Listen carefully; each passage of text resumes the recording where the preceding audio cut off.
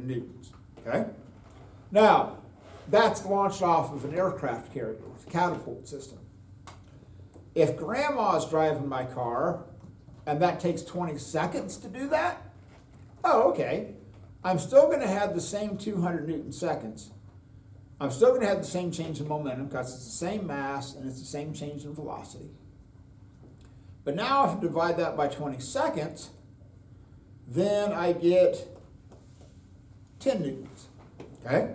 So just because I have the same mass and the same change in velocity doesn't mean I'm going to have the same force, because time becomes a factor there, okay?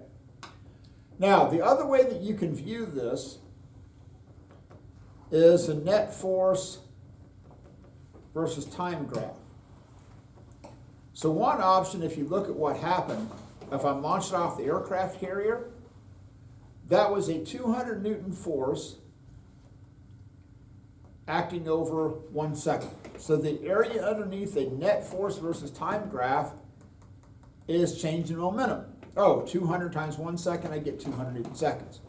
Grandma's driving the car. With grandma, I'm going to have a force of 20 newtons, but that's going to, or 10 newtons, but that's going to act over 20 seconds.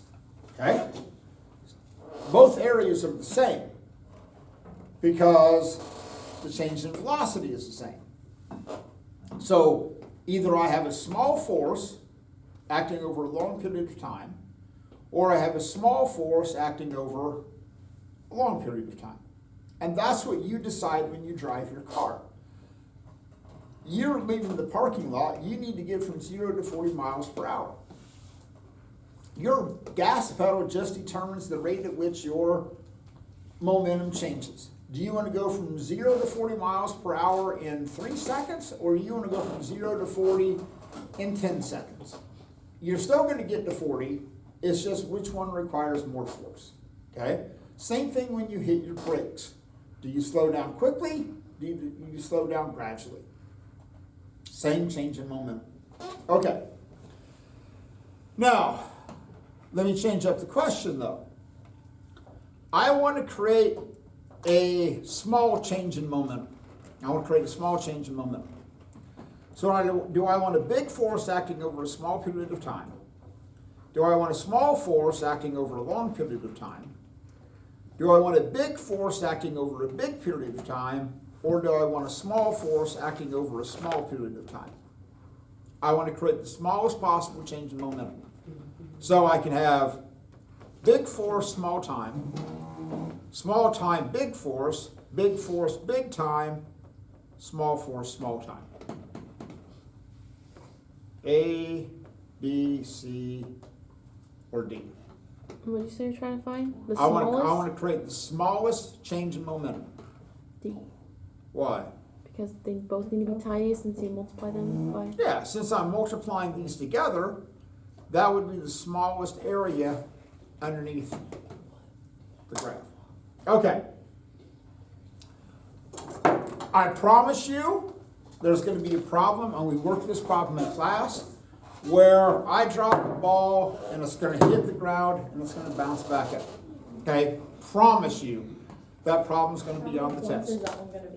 Huh? How many points is that one going to be? Like, is it I going don't to be know. all Probably the parts around 15. Sweet.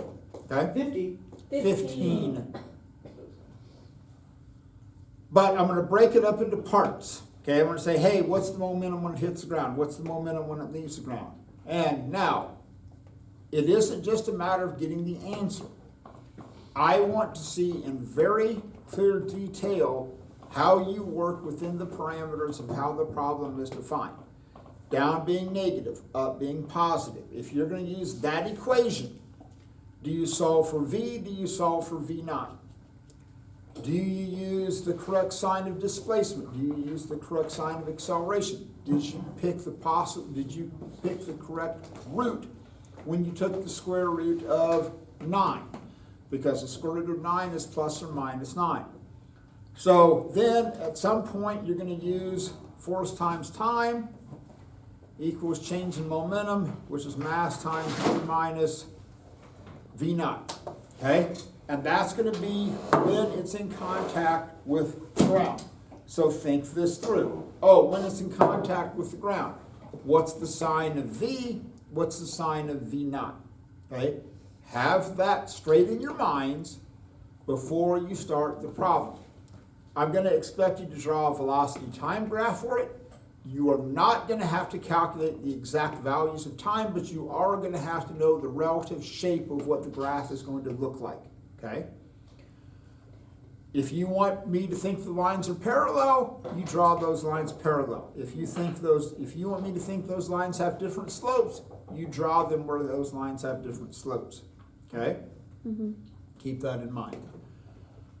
Anytime an object has a collision, a bullet hits a block, a hockey puck hits an octopus, whatever, know what happens to the change in the momentums, know what happens to the forces, know what happens to the accelerations, okay?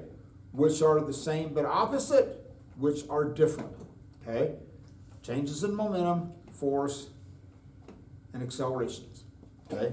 Keep that in mind. I promise you, there on that assignment that I just gave back, on that problem you had like a ball that was spinning, okay? And then you had a bug land on it, and then you had to find the new rate of spin of the ball after the bug landed on it. I promise you there's going to be some version of that on the test, okay? So, but it's the same idea. The angular momentum of the ball plus the angular momentum of the bug equals the new angular momentum of the ball plus the new angular momentum of the bug. Okay? Promise you. Are we given that, or do we have to know that? I guess we have to know that. Yes. It's conservation of momentum. That's pretty simple. Yeah. Yeah. Oh, it works for normal momentum and angular, right? Because I see that's angular. Okay. You like- Now, if the bug lands on the ball, what type of problem does it become? The California. It becomes a California problem, where this is the eye of the ball plus the eye of the bug times butt prime. So initially, the only thing that contributed to the angular momentum was the eye of the ball and the rate of spin of the ball. So clearly, what do you know about the new rate of spin compared to the original rate of spin? It's gonna be smaller. It's got to be smaller, okay? It's got to be smaller because of the fact that, Momentum. yeah, Yeah. momentum has to be conserved. So, and that's true whether that's linear momentum or angular momentum, okay? So those are the big problems that are going to be on the test. Are there So- like examples of that on the study guide? Or There's a study guide. We're getting it today. There's always. no, a I study. said, is there like problems to like for all of those that you just said, or do I need to go back and look at my others? When in doubt, go back and look. But yes, Okay. the vast majority of these are going to be I was on the asking test. if there's any that aren't. I don't remember right offhand, but okay, here's the story. You have every assignment back, Yeah. you have every lab back, Yes. okay? Got it. Thank you. If it's not on there, you know, you can go back and look at it. Yeah. Okay, so stop the camera. They were gonna get it.